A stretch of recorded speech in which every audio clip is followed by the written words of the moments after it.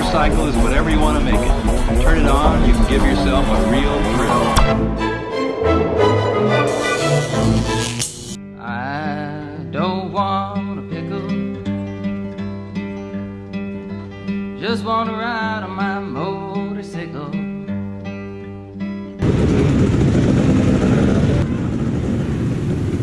In this video, I'll be showing you guys the parade all the way up to Silver Mountain. This is in Kellogg, Idaho, and it's the Silver Mountain XC Sticks and Stones Hard Enduro, and it is a blast. It's such a unique ride. Everything about this place is really, really unique. It's a ski resort, so it's all private property, which allows us the liberty to ride pretty much wherever they choose to put the course, and as long as that lasts, this will be an amazing event. The Gondola ride is 3.1 miles, which is the longest in the Northwest, so you feel like you did a 5K without lifting a finger. As we took off here, there's 460 riders, so 460 of us are going up the mountain, and trust me, there's a bunch of them that had to take a leak. There were riders all over the place on the way up, whipping it out and just peeing right on the side, which I'm sure was pretty offensive for some of the female riders. I know that my girlfriend mentioned it. The ride up, you can see there's a lot of people that are from the town that are waving at us and cheering us on. That was a really cool experience. I'm sure it's a unique thing for them as well. And I'm sure this event brings a lot of money to the town. There's a lot of mining around this town, and so that's what a lot of the people do around here. The elevation in town is 2,300 feet, but the race was from 3,000 to 6,000, somewhere in there. My bike ran crisp all the way through, so I was really impressed with how my bike ran the entire time. I couldn't be more happy with how everything on my bike worked. Even when I flipped it upside down and cartwheeled it, pretty much no matter what I did, it just kept going and going.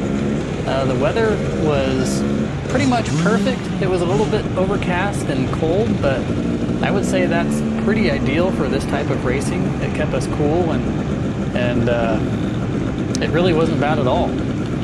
There were times when it rained on us a little bit on the second day, and that made things a little bit slick. But other than that, I can't really complain at all. It was just a beautiful ride. I didn't know what to expect with this race, and I have a feeling that it'll do much better next year, now that I know what to expect and how to go into it. The way I went into the first race was how I should have gone into the second race, but the reason I didn't do it was because I crashed 3 times in a row in the first race, which docked me 20 minutes, and I was just crashing too much in the first race, and it was all because of fatigue. I just got really fatigued and I couldn't hold on anymore or balance, and I was just falling in silly places. There was one time in particular where it took me 12 minutes to get my bike from the side of the mountain back up to the trail, and that was a real pain. So at that time I had pretty much given up on trying to get a good time. However, I did make it to day 2 just because I was one of the finishers. And the course on day 1 was so difficult that all of the finishers got to go to day 2. So normally it would have been whoever got the best and fastest times, but because the course was so difficult and so many people did not finish, that those of us who did got to advance to the pro race on day 2, which, by the way, was incredibly difficult. And I will be prepared for that next time, but this time I was not prepared. It did not look that steep on camera, and I've noticed even on these videos, it just won't look as steep when you're watching it on video. But these downhills were so incredibly steep that I was locking up the rear, and I was very hard on the front brake, as hard as I could be without going over the bars or locking it up completely, but it was very difficult to stay on 2 wheels going down some of these. Another thing that made this really difficult is even though it looks like dirt, it's just wet roots. That's what's getting a lot of people in these. It's just constant. It's a constant battle with all the wet roots underneath all of this dirt. And so it's something you really have to look out for as you're riding. And also the big loose shale rock is in there as well. So I noticed that I was either getting perfect traction or I was getting no traction. And in this race, it was really important to keep your momentum up. So after the first race, when I crashed all those times, I decided, well, the second race, only 10 or 20 people finish anyway. So I might as well go as slow as I possibly can to avoid crashing and try to stay consistent and try to stay healthy the entire race. That way I'm fresh when those really tough obstacles come up. I started way back in the pack anyways because day one I crashed. Well, then I went really slow, so everybody was passing me on day two. And what that does is it allows all of the slower riders to get in front of you, the guys who are going to get stuck. So that's exactly what happened. And I was taking it way too cautiously down some of the downhills. I would have ridden, I probably would have stayed on the bike during one of the downhills where I got off, had I not decided to go as slow as possible. And it seemed to really catch up with me because I didn't keep my forward momentum going, and that made me less stable. Therefore, I was bouncing around a lot more on the rock. And some of the climbs, I wasn't going as fast either, and I wasn't keeping enough momentum. So it really did come back to haunt me, and I couldn't get around a lot of the slower riders because a lot of the course is single track, and the climbs are just one lane. So there's not a lot of options as far as getting around other riders.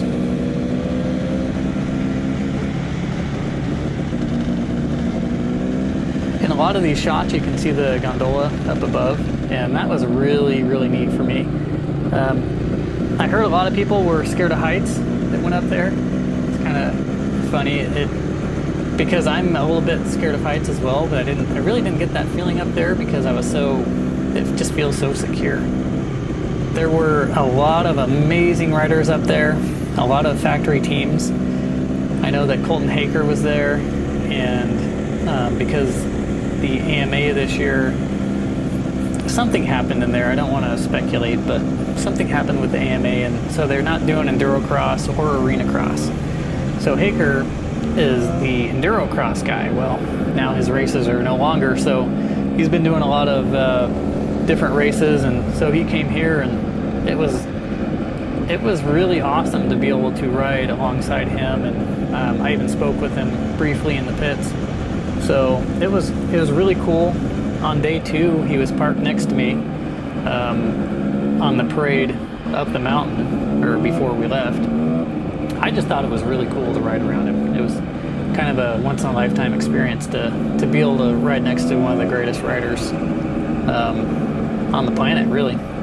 But oddly enough, there were so many factory teams at this event and so many privateers that Colton Haker, I don't know what position he got, but I know that he didn't win. He didn't even get second. He may have gotten third, but I'm not sure on day two. So there were just that many great riders on this event. And I know that some of the factory riders and privateers didn't even finish this event. And that's how difficult this race really is. That should really tell you something. Some people who are doing this for a living, some people who ride for a living and who are doing this day in and day out, some of those people didn't finish day two. So it is extremely difficult terrain. I noticed that a few people had flat tires, and they're probably running tubeless or moose tires, and if they're running moose, they're probably running the softest ones that they make. But I have tubeless, and I was running 8 pounds, and mine didn't look flat. Mine actually held up pretty well. So it kind of surprised me that some people, it looked like they had flat tires. So that means they're probably running maybe 2 pounds of pressure in their tubeless. And that's not very easy on the rim, that's for sure. But on this kind of terrain, I really don't blame them. You got to get the best traction possible. The ride up the mountain was just unique in itself, just to get to take a ride through the little town of Kellogg and get to ride on the streets. I mean, you don't get to ride your dirt bike on the streets very often. And then riding up into the dirt roads and up the mountain, there was everything from paved roads to dirt roads, and then finally we hit some single track. There were a lot of people having trouble with that little short section of single track, so that surprised me a little bit. There was a lot of loose rock though, so you can't really blame people too much. It's definitely, if you're not used to this kind of terrain, it's very diverse and very difficult. It can be anyway. It can really throw you off if you're not ready for it. But I know I had a lot of trouble with the terrain.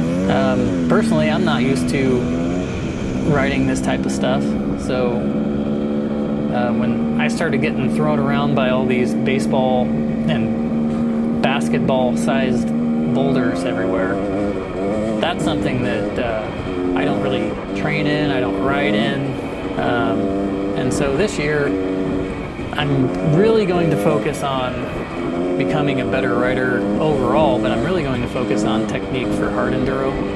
That way, hopefully next year I can come back a little bit more prepared. The arena cross, or not arena cross, but enduro cross sections were very difficult for me, as I expected them to be, but I didn't expect them to be so difficult. Once I got to the enduro cross sections, I was barely moving. And I just have zero experience with those kind of obstacles. There's nothing for me to train on like that. I guess I could get a couple logs and put them together and try to jump them, but other than that, the log sections, they're going to take some practice for sure. It was very difficult. But as you can see in this video on this dirt road, I mean, it's really, really scenic. We got up into the clouds there. But right before we get up into the clouds, you can look down and see the whole town of Kellogg right there. I found the school to be really interesting. The school is in a little ravine, and behind the school, further up the ravine, is the football field. And they've just basically made that whole ravine part of the school, and the football field is up above the school. I just found it to be a really unique layout. There sure were a ton of KTM and Huskies, but there were also Shercos, Betas, even Suzuki, Yamaha, Kawasaki, some Hondas. There was a little bit of everything. I even saw Team TM there, and I don't believe they fared very well, but I did see the TMs there.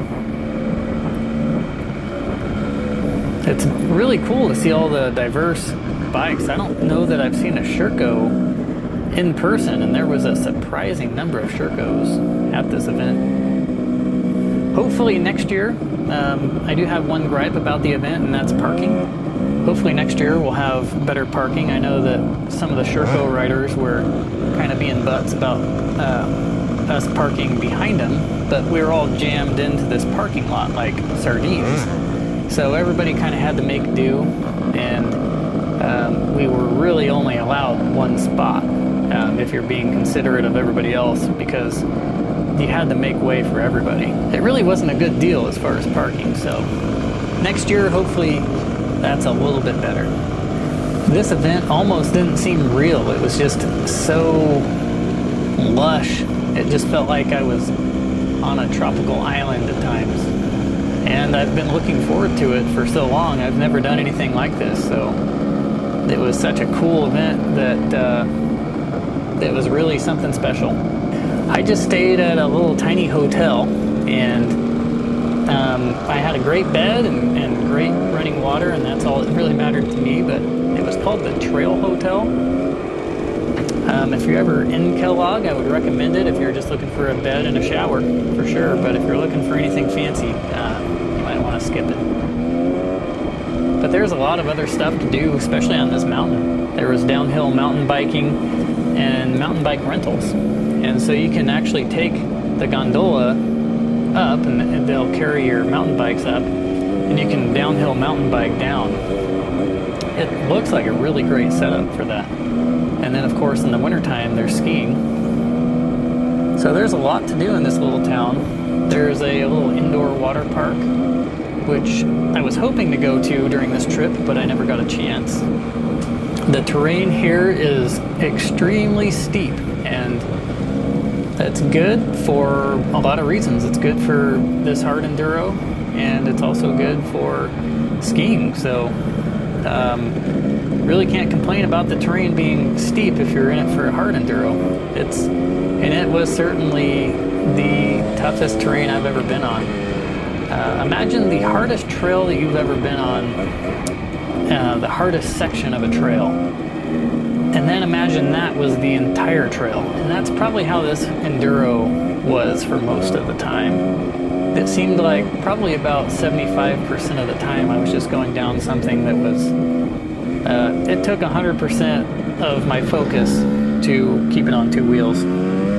For a day pass for the Gondola ride, it was $19. So really not all that much for an all-day deal. And like I said earlier, it goes 3.1 miles all the way up to the Mountain House Lodge. And there's a kids' play structure there.